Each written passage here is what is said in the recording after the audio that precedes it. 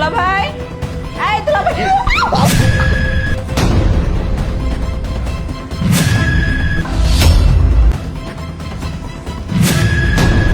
মুন্না! তোমার চরিত্র এত খারাপ, শেষ পর্যন্ত তুমি আমার ছোট বোনের সাথে এসব কি বলছিস আপু?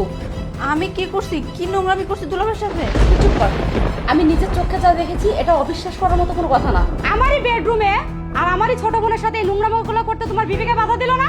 আশ্চর্য, আমি কিচ্ছু বুঝতে পারতেছি না। তুমি এসে চিল্লা চিল্লা করতেছো, আবার বলছো বেডরুমে ছি ছি ছি, কি মানে? ও, এখনো না বোঝার কিছু বাকি আছে তোমার, না? তুমি ছোট খোকা যে তোমাকে বোঝাতে হবে এখন? এই, কি করতেছিলা তোমরা দুজন রুমের ভিতরে? হ্যাঁ, একজন আরেকজনের উপরে কি করতেছিলা? কি করতেছিলাম? হ্যাঁ, কি করছিলাম সেটা বলো। আমার কথাটা তুমি কিছুই বুঝতে পারছো না, না?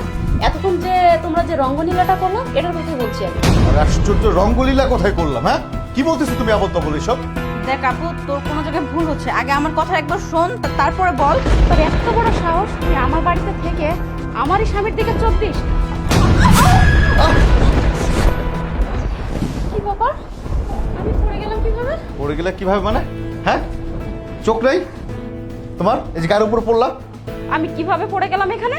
কিভাবে পড়লা? হ্যাঁ, এখন শোনো কিভাবে পড়ছো। এখানে দাঁড়াও, এই যে বসে আছি, হ্যাঁ। এখন দৌড় দিয়ে আসো।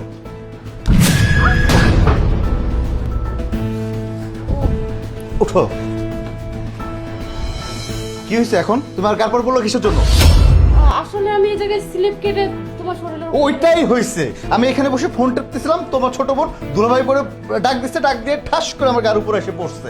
আমি প্রথমে ভুল ভাবছিলাম, পরে দেখলাম ও স্লিপ কেটে আমার গায়ের উপরে পড়ছে। আর তুমি এসে না জেনে না বুঝে। আসলে আমার দেখাটা ভুল ছিল। দেখো, যা হয়েছে হয়েছে, প্লিজ তুমি আর কিছু মনে করো না। ইভা, বোন আমার না জেনে না বুঝে তোকে অনেক কথা বলে ফেলেছি, প্লিজ তুই আমাকে ক্ষমা করে দে। তুই আমি একই মায়ের পেটের বোন, আপন রক্তের বোন। আর তুই কেমন বোন রে? তুই ছোট বোনকে বিশ্বাস করতে পারিস না? তুই কিভাবে ভাবলি যে দুলাভাইয়ের সাথে আমি নষ্টামি করবো এখানে? আসলে দুলাভাইকে আমি আমার বড় ভাইয়ের চোখে দেখি, এর চাইতে বেশি কিছু না। আর তুই কি দেখে না দেখে উল্টা পাল্টা চিন্তা ভাবনা করছিস? ছি, আমার তো এখন নিজের সাথে নিজের কথা বলতে ঘৃণা লাগতেছে। দেখ বোন আমার, না জেনে না বুঝে তোকে আর তোর দুলাভাইকে অনেক কথা শুনিয়েছি, অনেক ছোট করে ফেলছি, প্লিজ তুই আমাকে ক্ষমা করে দে। আচ্ছা আচ্ছা, ঠিক আছে, বাদ দাও, যা হয়েছে হয়েছে। ঠিক আছে বোন, এখন তাহলে তুই রুমে যা।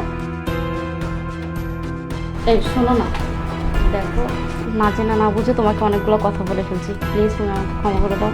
আচ্ছা ঠিক আছে, আচ্ছা রো, নিজের ভুল যেহেতু বুঝতে পারছো, আর কি করার, ক্ষমা করে দিলাম। আর নেক্সট টাইম কখনো স্বামীর উপর আঙ্গুল তুলতে গেলে আগে হিসেব করে তুলবা। পানি